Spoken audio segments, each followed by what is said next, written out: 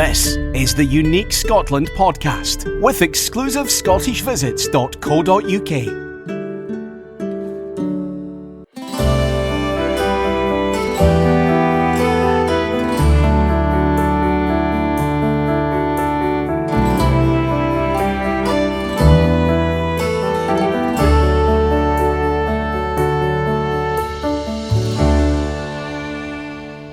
Hello, this is John Harbour and welcome to Unique Scotland, the go-to podcast on all things Scottish. And I'm delighted to have you with me for this bonus episode in my podcast series. As my regular listeners will know, I've just completed a 3-part series on Glasgow, Scotland's largest city. And to finish off, I was going to bring you the amazing story of Glasgow's rise to become the second city of the British Empire through its incredible shipbuilding economy.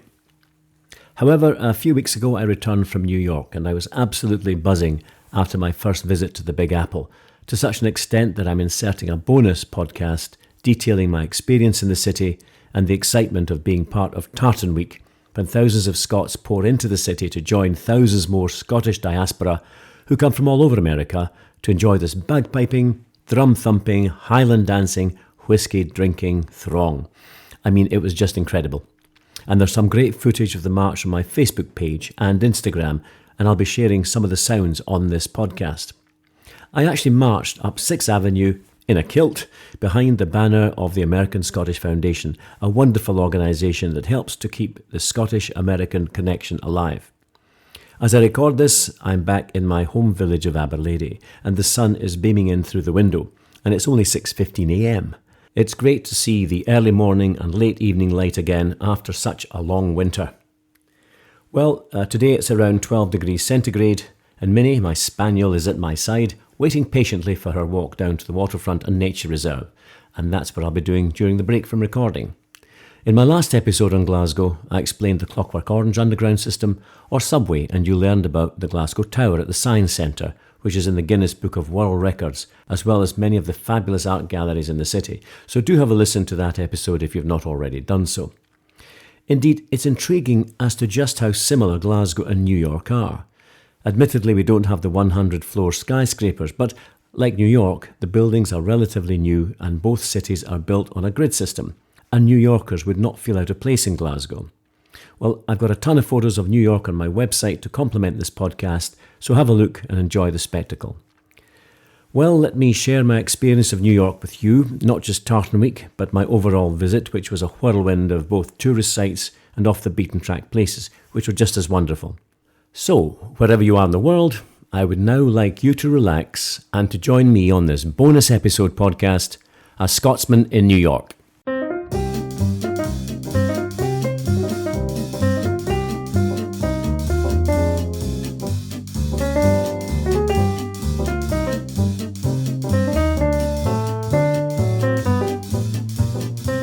Considering I had visited the United States of America a number of times, it was surprising to some that I'd never been to New York. I did try to visit a number of years ago when I booked a trip for 2 weeks, but literally 3 days before the trip, I had severe stomachache and after a visit to the doctor was diagnosed with a burst appendix, and that put paid to the trip. Well, after that, I suppose I just did not get round to rebooking a holiday to the Big Apple, and it was not until an opportunity arose to join the American Scottish Foundation during New York's Tartan Week that I decided to take the plunge, book my tickets, and head once more to America and, at last, to New York. My partner Pam joined me on this adventure and was smiling at my military-style planning that went into the holiday. I decided to use a holiday destination company called Audley Travel, that's A-U-D-L-E-Y, Audley Travel, who offer trips to destinations worldwide and have offices in Oxfordshire, London and Boston. I used them a few years ago to plan my trips to India and China, and they were superb, so I had no hesitation in having them arrange my US trip. Pam was smiling slightly because although Audley had provided a great itinerary, I put on my professional tourist guide hat and typed this up in the correct tour plan format, something I always do for the clients holidaying in Scotland. So some of the actions which went into our holiday list were as follows. Plugs and adapters, must buy dollars, credit card, talk to the bank to make sure they know I'm using it abroad, reconfirm excursions organised by Audley, mobile phone, turn off roaming, in fact, buy a bolt-on, restaurant reservations, theatre reservations, download a travel app, Oh, download Uber app, passport and visa, and make sure you've applied for an ESTA before going to America. Talk to the doctor before you travel. Confirm flight seating once more. Medications, make sure you take enough with you. And then last, but certainly not least, contact Laurie Norris, who was one of my clients from last year, who was going to meet us in New York and give us a tour, and I'll tell you all about that reunion later. It was lovely. So, our adventure began on the 3rd of April 2025, when my Delta Airlines aircraft took off from Edinburgh at 9 in the morning, and around 6 hours later we landed at JFK International Airport. It was 11:30 a.m. I was buzzing with excitement, and as soon as we collected our bags, we headed to the exit to find a yellow cab, something I'd only ever seen on television. And as soon as I saw it, I was transported back to a film I'd seen called Love Actually, which is a 2003 British Christmas romantic comedy, and it's a film written and directed by Richard Curtis. It has a number of brilliant actors starring Hugh Grant, Liam Neeson, Emma Thompson, Colin Firth, to name but a few. But one actor in particular stood out for me, and he was Chris Marshall, who played Colin Frissell, who, after unsuccessfully attempting to date various British women, decides that he's on the wrong continent and needs to go to America, convinced that his Britishness and cute British accent will be a total asset. Well, he lands in Milwaukee, Wisconsin, and he hails a yellow cab and asks the driver to take him to the nearest bar. The driver asks, "What bar?" And Colin says, "Any bar." Well, you'll have to watch the film yourself to see the hilarious and successful attempt to date some young American women in a Milwaukee bar. Well, having been transported to that yellow cab moment, I opened the door and got in. Then I said to the driver, assuming he'd seen the film, "Take me to a bar." Well, I got the strangest look, and the New York taxi driver, of Indian descent as it happened, asked me to insert the directions into his Google search. And that was my first contact with the city. Not exactly as I'd imagined it, but fun nevertheless. And as you can imagine, Pam could not contain her laughter. Actually, I used a lot of taxis over the next week during my visit to the city, and always tried to engage the driver to get his take on New York. Every single one was an immigrant from either India, Pakistan, Afghanistan, Morocco, and one or two other places. One or two were very quiet. One was very happy to point out all the sights along the route, while one gave us the history of his life from escaping terror in his own country to the freedoms of the United States of America. The overwhelming impression that I gained was that they were all grateful for a new start in life and were delighted with, and I quote, being left alone to get on with their lives. Well, my first impressions of the drive from JFK to Manhattan was of a teeming city, and of course the area around the airport's a huge building site at the moment, followed by a sprawling suburban area until in the distance you can see the skyscrapers of Manhattan, and then the excitement really starts to mount. During the taxi ride, I was actually following the route on my Google Maps and was delighted to see the areas that we were travelling through, and these were places I'd heard of or seen on some television programme. Off to the left of the screen I could see Brooklyn, which reminded me of a film I'd seen a few years ago called Brooklyn Gangsters, and you often wonder how true life is depicted in such an area. It also made me think of David Beckham, England's most famous footballer, married to Victoria, one of the Spice Girls, and their son Brooklyn Beckham was apparently conceived in that area. Then the taxi driver told us we were driving through Queens, which is the largest borough in New York, spanning over 108 square miles. The other boroughs include Brooklyn, which I've just bypassed, Staten Island, the Bronx, and of course Manhattan, which is where our hotel was. What I had read before coming to America was that Queens is the most ethnically diverse urban area in the world, with over 130 languages spoken. I mean, that's just quite incredible. Of course, my interest in Scottish and British history took me to a connection with this area, and I was amazed to discover that the Queens was established in 1683, named after Catherine of Braganza, and she was the Queen of England, effectively the Queen Consort of King Charles II of England. Now, if I may digress just for a moment, his brother, Charles I, was actually beheaded a few years earlier when Oliver Cromwell came to power, and we had a republic for about 10 years. When Cromwell died, then Charles II was restored. The Restoration, he was restored to be the king. So you can see even here in Queens, the connection with British history. Fabulous. Well, before we knew it, we were crossing over the East River onto South Bronx and then to the Robert Kennedy Bridge, crossing the Harlem River, before arriving into Manhattan and our hotel called the Kimberly Apartments on East 50th Street, just off Lexington Avenue. It used to make me smile when I heard people talking about New York and the numbering system of the streets, and I used to wonder why they just didn't give them all names. as we have in Glasgow, for example. But when you realise New York is literally crammed into a relatively small island called Long Island, then you realise that it was probably the only way to go when it came to defining exactly where a particular building was. And it was relatively easy to get the hang of, and after a couple of days I felt quite at home telling the cab driver to take me to East 50th, just off Lexington. So, we'd arrived, and first impressions? Well, everything is just so big. Huge cars, huge buses, huge trucks, and massive skyscrapers. And I'm sure I was like most tourists on the first arrival in New York, standing in awe, just looking up and wondering how on earth could someone build such massive buildings. Well, we dumped our bags in the room and went for a quick walk just to get the feel of the place. And it wasn't just the size of the building that impressed, but the different shapes as well. It was as if the architects were competing to create the most extraordinary effects on the eye. Height was certainly one of the things that impressed me, but the strangest shape that I saw was the Louis Vuitton building that actually looks like a Louis Vuitton suitcase. Brown in colour with the LV logo on the side, and even buckles and straps around the building, giving the impression of being an actual suitcase. Incredible. Who would think of such a thing? Then all of a sudden, a siren from a police car and an ambulance trying to thread their way through the packed traffic. It was hard going, but the sirens continued to sound, and car horns were being pressed very hard to move the traffic aside. Eventually, space was found, and the emergency service vehicles shot past to attend to their call-out. And then I found it, a real American deli. We'd been looking for somewhere to have a snack, and Pam then suddenly pointed out a building behind a load of scaffolding. Well, I wasn't totally convinced until, of course, we arrived. Now, we'd eaten well on the plane on the way across, but this was something else, and the deli did not disappoint. Rows of different breads, wonderful fillings, hot pies, homemade sauces, salads of every type, fruits to die for, including exotic fruits, and then I spied my favourite, avocado. Now, I'm sure my British listeners will at some point in the past have had a discussion about portion size in America, which tends to be 2, 3 or even 4 times the size of the portions in UK. Now, I'm not complaining. Indeed, the wonderful thing about America is that if you can't finish what you have in front of you, then you'll get a doggy bag, something that was, up until recently anyway, frowned upon in this country. When my avocado, tomato, salad and meat sandwich arrived, it was awesome, to such an extent that I had to take photographs immediately and send them back home. And it wasn't just the size of the sandwich, it was the amount of avocado on the bread that took me aback. In this country, you'll normally get a slither of avocado with a bit of tomato and perhaps a wee bit salad, and that's it.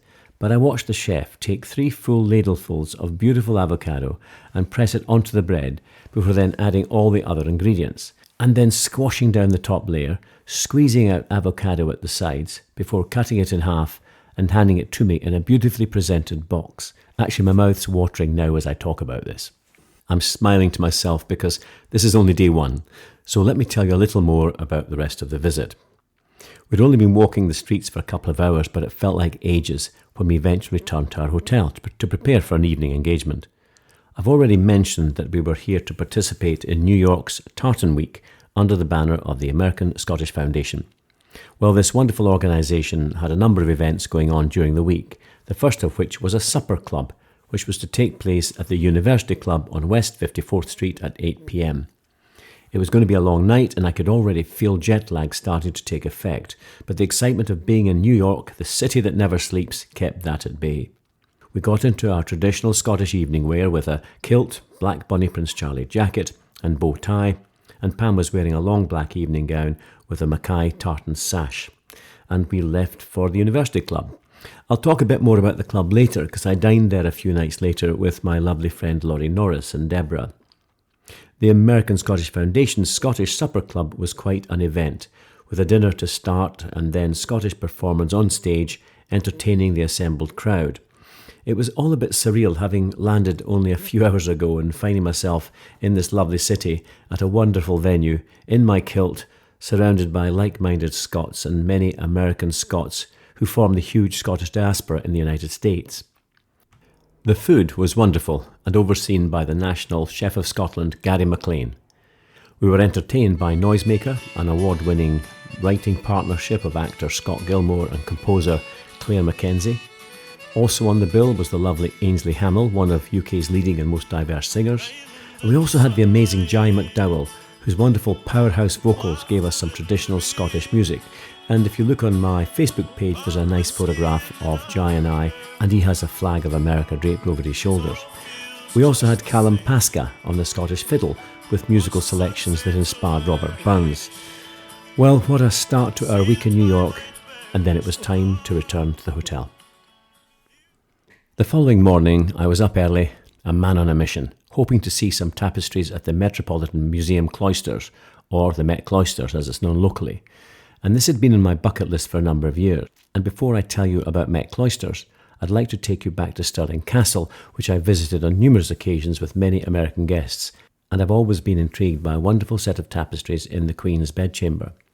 That Queen is Mary de Guise, who was married to James V of Scotland, and they were parents to Mary Queen of Scots.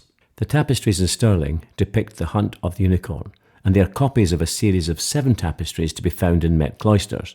The originals were made in the late 15th century in the Netherlands.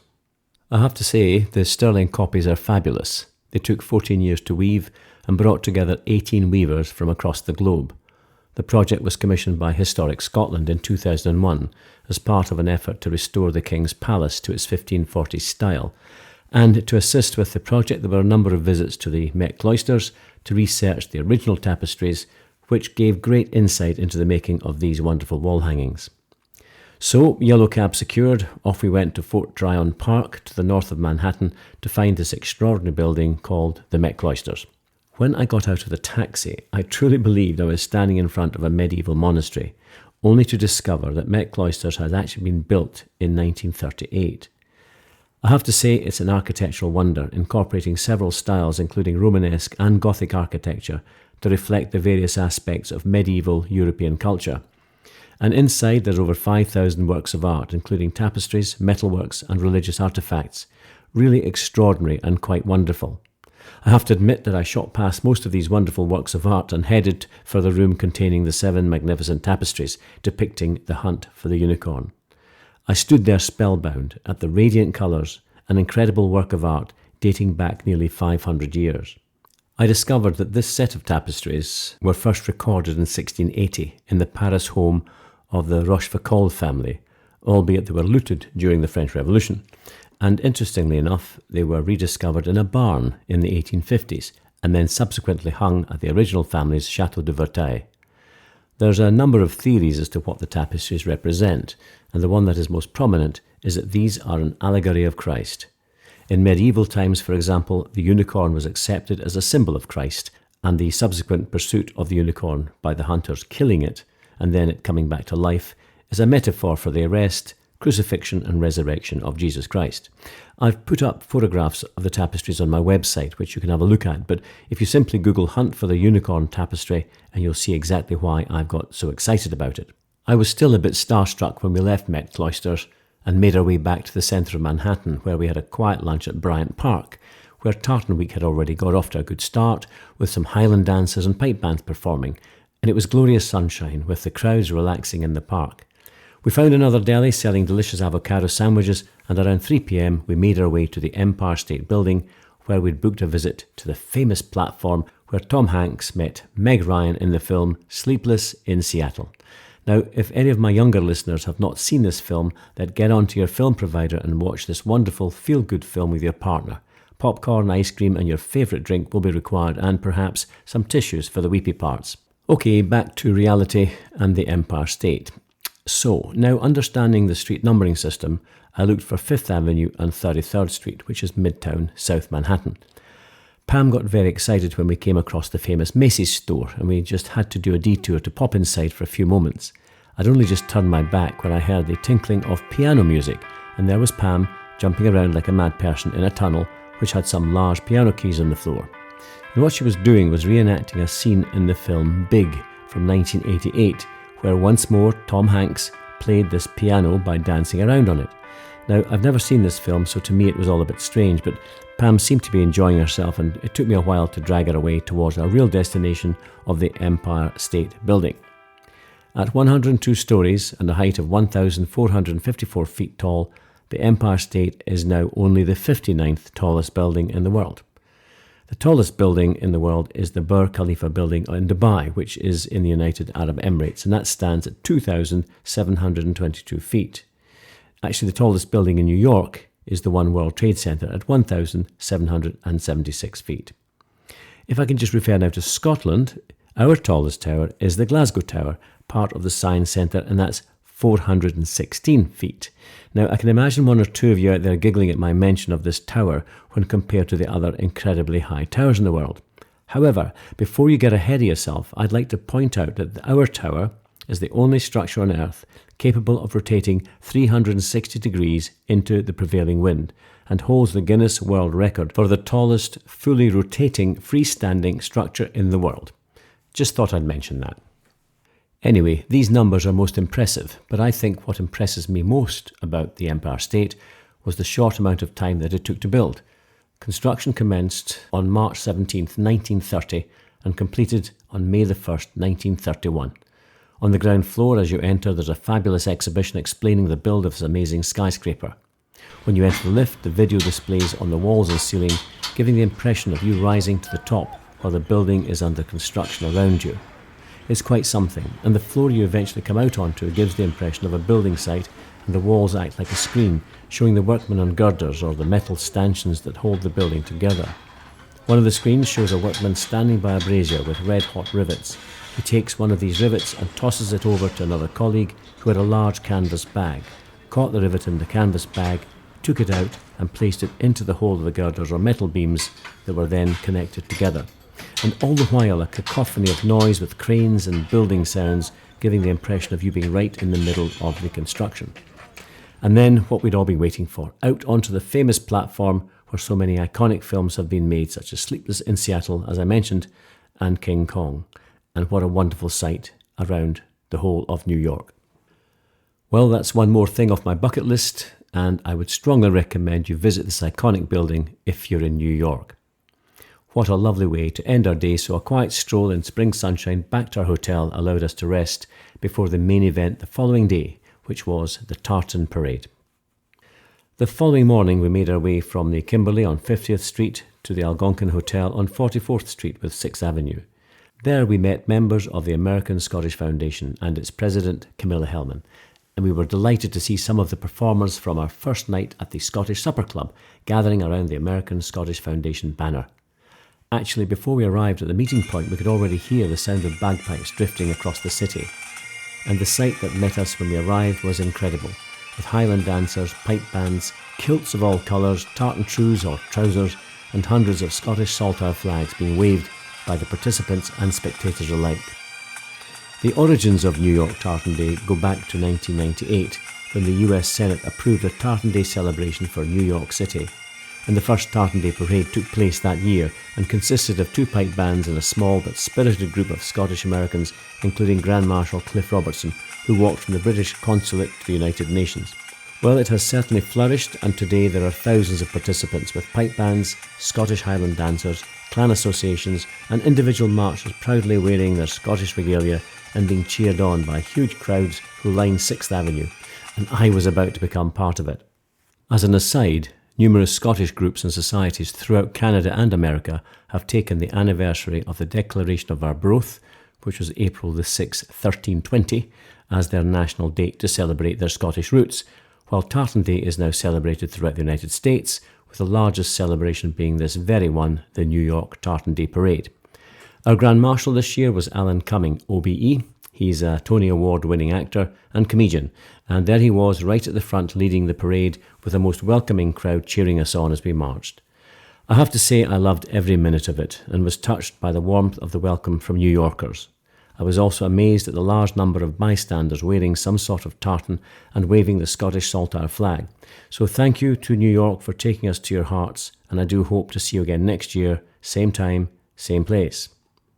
After the march, we all dispersed, but the American Scottish Foundation had organised a wee schwalle, or a small swallow, which effectively is a drink of the amber nectar or scotch, as well as many other alcoholic beverages. It was a lovely time to get to know some of the locals with Scottish roots, as well as meeting some fellow Scots who'd flown over for the occasion. One local that I met was Jeff Goodman, who, in my opinion, is the quintessential New Yorker. He's a real estate agent, but not just in New York, but he has a network, national and international, of over 550 brokerages in over 70 countries. And what I loved about Jeff's approach to New York real estate is the tours that he conducts around different districts of the city, followed by a reception for the group. And I was just sorry that I could not be part of one, as his knowledge of New York was exceptional. Anyway, I'm hoping to team up with Jeff to do a podcast together, so watch this space. Well, we couldn't stay too long at the drinks venue because that evening we were going to attend Carnegie Hall and see a show called The Hoolie. As it happened, another reason for holidaying in New York was that on the 8th of April it was my birthday, and my son Paul bought tickets for us to go and see this spectacular show at one of the most spectacular venues in New York, Carnegie Hall. It's quite strange really, because I was in Carnegie Hall in Dunfermline in the county of Fife in Scotland only the previous week, and the reason that there's a Carnegie Hall in Scotland is that Dunfermline City is the birthplace of the famous industrialist Andrew Carnegie. I was taking some clients to the house where he was born, which is now a museum, and we also visited Carnegie Hall that day. So to be attending the Carnegie Hall of New York for my birthday was quite something. Now, coming back to the show itself, which is billed as a hoolie, well, a hoolie in Scots effectively is a party where singing and dancing and general revelry are the norm. And Scotland's hoolie in New York was an evening of vibrant Scottish music and culture, showcasing talent from Scotland. Our Grand Master for the Tartan Parade, Alan Cumming, was the master of ceremonies, introducing performances from some of Scotland's folk royalty, including the award-winning group Manran, vocalist Julie Fowlis, the Lorettes, and Dougie MacLean, who wrote the famous song Caledonia, to name just a few. And once more, we were treated to the hospitality of local New Yorkers who were enjoying the music and embracing the Scottish culture. What a night. Well, the following morning, it was an early start, and we took an hour taxi drive all the way down to Battery Park to meet our guide Nina, who was a licensed New York guide, and she was going to take us on the ferry to Liberty Island. Of course, Battery Park refers to the waterfront, which would have had a battery of guns protecting the shoreline from would-be invaders. We eventually boarded the ferry, which I have to say was crammed full of people who were about to take the short crossing from New York Island to Liberty Island to get up close to the most famous statue in the world. My first impression of the Statue of Liberty was that it was truly awesome. I mean, it's truly colossal, and you just cannot fail to be impressed. The true name is Liberty Enlightening the World, with the torch in the right hand of the statue providing that light. The statue is a classically draped woman, apparently inspired by the Roman goddess of liberty. On her head she wears a crown, and in her right hand the torch. In her left hand she's actually carrying a tablet with the date of 4th of July 1776 inscribed on it.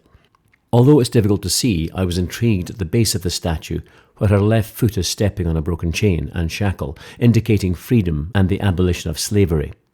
The statue was actually a gift from the people of France, which did surprise me, and the design was by a French sculptor, Bertoli. But the metal framework that gives structure to the statue was built by Gustave Eiffel, of course, the man who built the famous Eiffel Tower, and it was dedicated in 1886.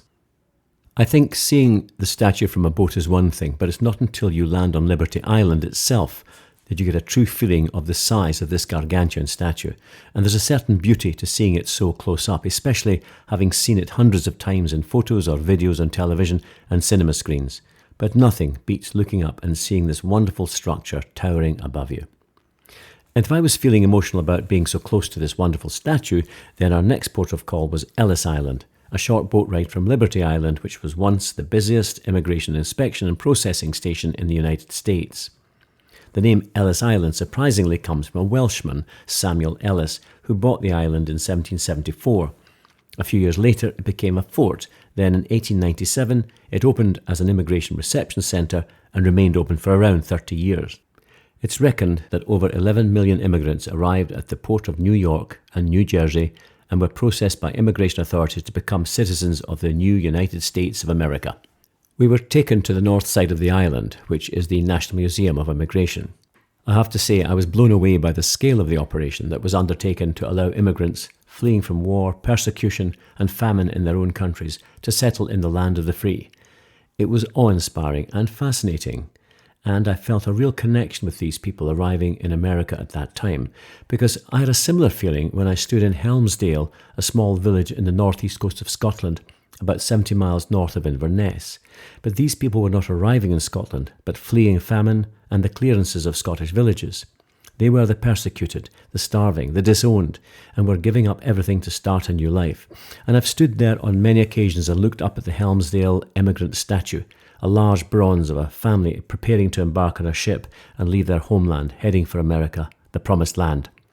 The father is looking ahead towards the sea with his arm around his son, while his wife, with baby cradled in her arms, looks back at the croft house that they've just left, fearful for a journey into the unknown. The emigrant statue in Helmsdale is a poignant tribute to the thousands of Highlanders forced to leave their homes during the Highland clearances. So to witness this incredible reception centre in the middle of New York, giving hope to thousands and many from Scotland, was quite emotional.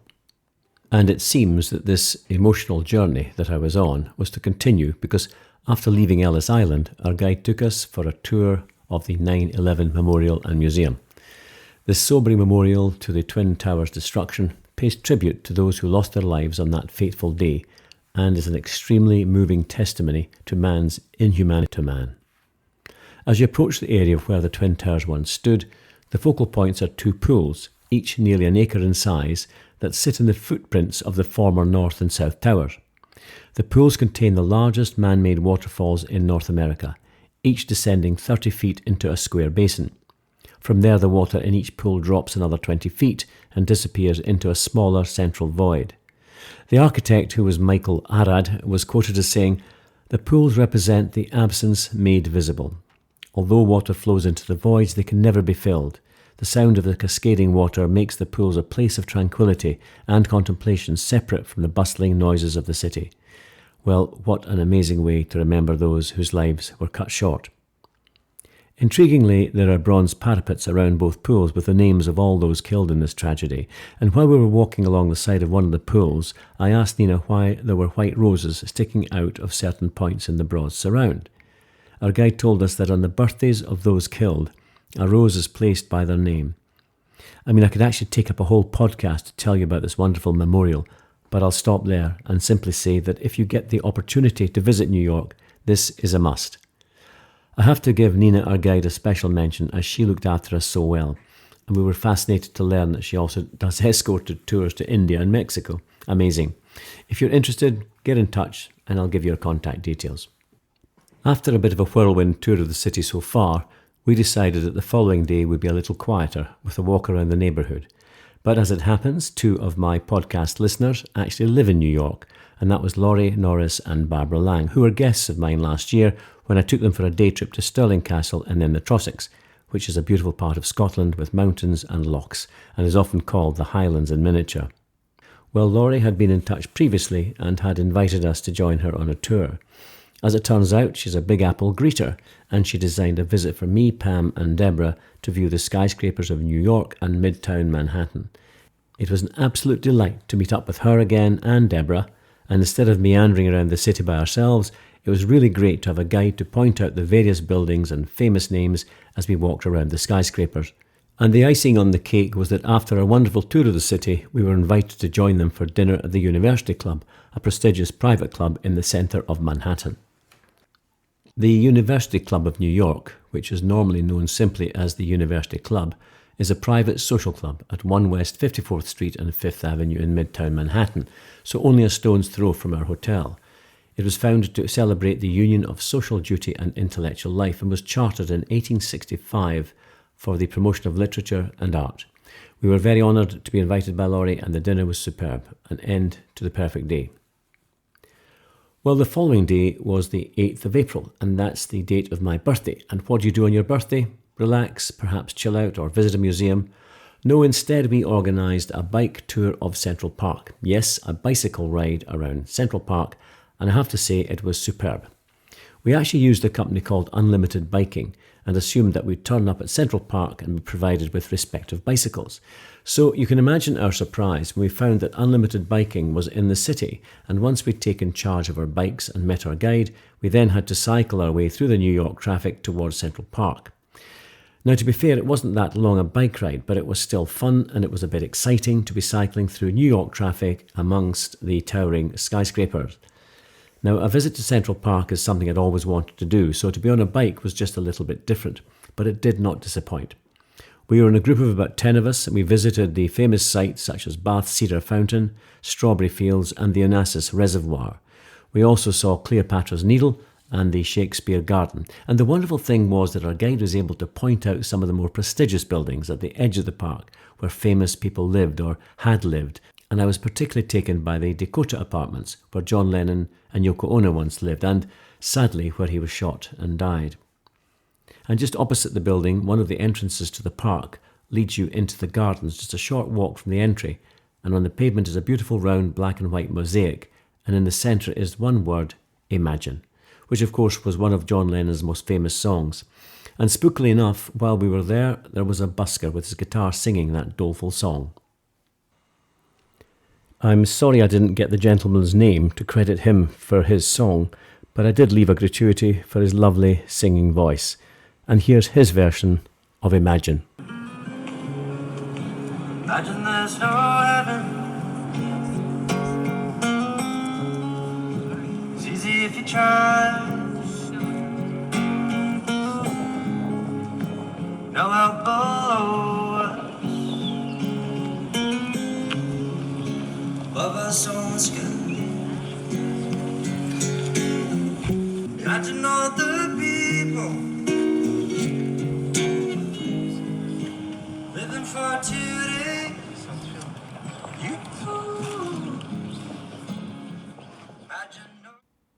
Well, thank you to the anonymous gentleman, and it was a nice end to our visit to the park, visiting the Imagine Memorial. Interestingly enough, that song has a connection with Scotland because it's widely believed to be inspired by John Lennon's childhood holidays that he used to spend in Durness visiting family. And Durness is way up in the far north of Scotland, in Mackay country as it happens. And right next to the village hall in Durness, there's a memorial garden dedicated to John Lennon, and the song Imagine is mentioned in that garden. The other building I noticed when we were cycling around, just off to the side of the park, was the Metropolitan Museum, another place that I wanted to visit but had not been on our itinerary at the time. So after the bike ride, we took a walk and popped into the Met and spent a lovely afternoon enjoying the exhibits. What a fabulous place. Now, although this was my birthday, we had decided to leave a special birthday dinner till the following day, because that evening we had been able to get tickets to the Summit One Vanderbilt experience. Now, Summit One Vanderbilt is New York City's newest observation deck, a skyscraper some 1,400 feet tall, and it's the tallest building in Midtown Manhattan. We were told the best experience is at sunset, so we arrived for about 8:30. The publicity stated that the experience would, and I quote, awaken our senses with 3 levels of immersive space that will challenge, inspire and thrill. In this immersive exhibition, be ready to surrender to new perceptions of what is possible. It certainly sounded like a lot of hype to me, but did it awaken the senses? Well, firstly, you ascend very quickly, ear-popping quickly, in a rather thrilling glass-bottomed elevator. And when you emerge from the elevator, you seem to step into a strange world of reflection, and it's a very eerie feeling, especially when you look down at the 30,000 square feet of mirrors, which gives you a totally different perspective. I got the feeling of floating, and as you ascend some escalators to the next floor, the glass bottom allows you to see everyone below, like ants swarming around their nest. Then you step out onto a glass-bottomed ledge, 1,100 feet above New York, with nothing between you and your doom other than a glass floor. Now that's not for the faint-hearted, I can tell you. And I recall our photos being taken and in the next room seeing ourselves among the clouds. The experience was surreal, but it was fun, and yes, I would recommend it. What a birthday I'd had. But after 15,000 steps and an hour biking around Central Park, my bed was most welcome that night. The following day started with a guided tour of Chelsea Market and the High Line. Chelsea Market was the original meatpacking district of New York and has grown from its humble beginnings to a more vibrant art scene, as well as having a huge variety of restaurants from which we sampled its amazing pastries, donuts and a range of Oriental foods. From there we climbed a set of stairs to reach an area called the High Line. Originally it was a freight line elevated above the streets on Manhattan's west side, and like most of old New York was due for demolition. However, the neighbourhood residents had another idea, and they saved it from the bulldozers to turn it into what is today an upper-level garden area mixed with art in an outdoor experience. And the High Line has a fascinating history because if you go back to the mid-1800s, freight trains on street-level tracks used to deliver food to Lower Manhattan. But with trains moving around open streets and a large number of pedestrians walking as well, many were killed, and 10th Avenue, for example, became known as Death Avenue. In response to the danger to pedestrians, the railroad hired men on horses nicknamed the West Side Cowboys, who patrolled 10th Avenue with waving red flags to warn of oncoming trains, not dissimilar to the red flag waving men who used to walk in front of automobiles when they were first introduced on the streets of the United Kingdom. In New York, by 1933, the street-level lines had been removed and an elevated train called the High Line was installed and transported millions of tons of meat and dairy. Eventually, trucks replaced trains and the High Line became redundant.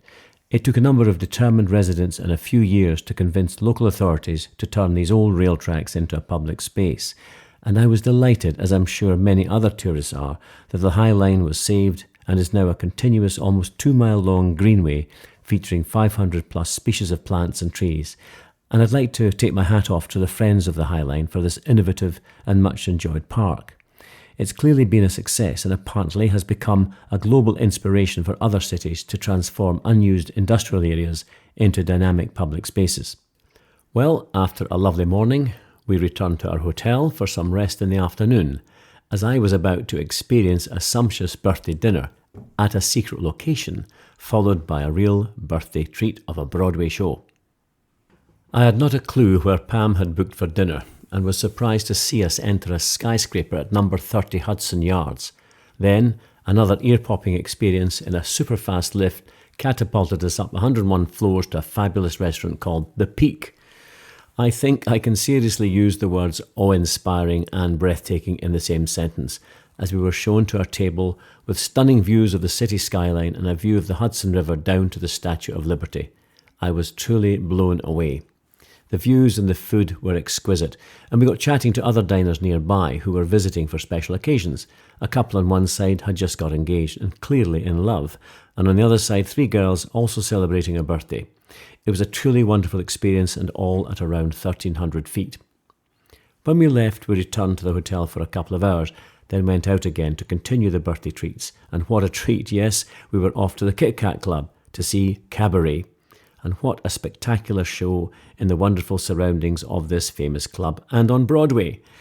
The name of the Kit Kat Club comes from the very stage show that we went to see, Cabaret.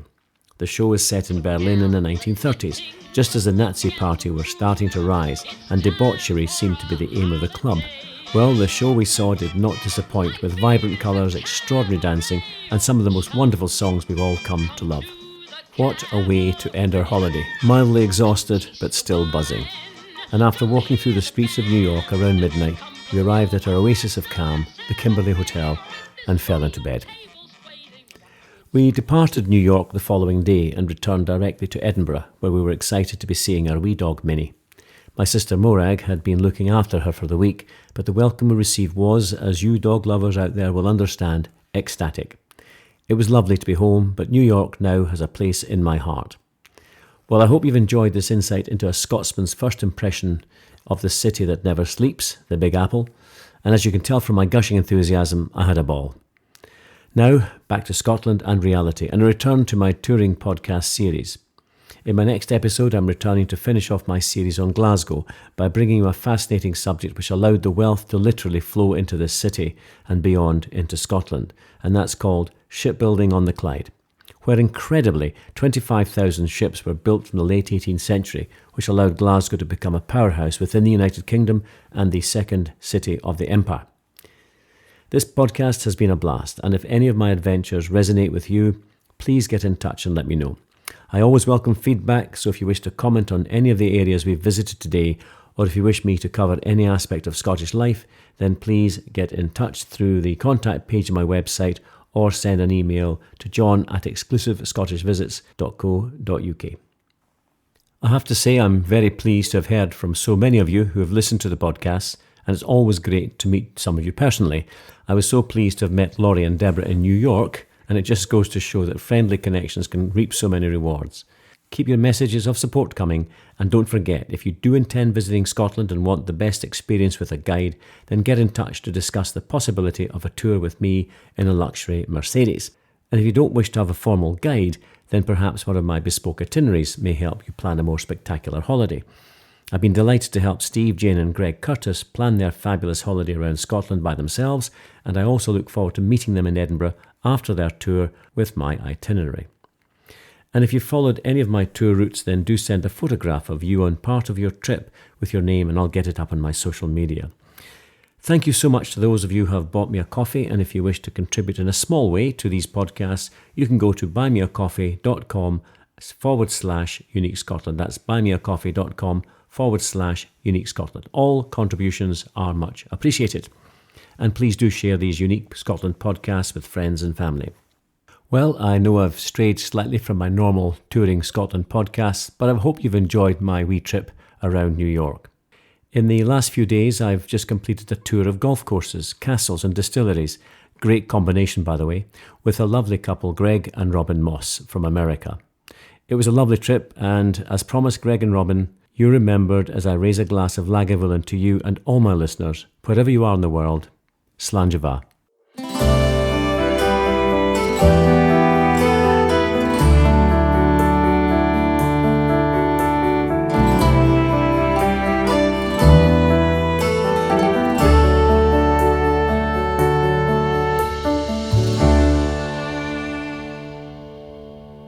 You've been listening to the Unique Scotland podcast with exclusive ScottishVisits.co.uk. To receive all our episodes automatically, please subscribe now.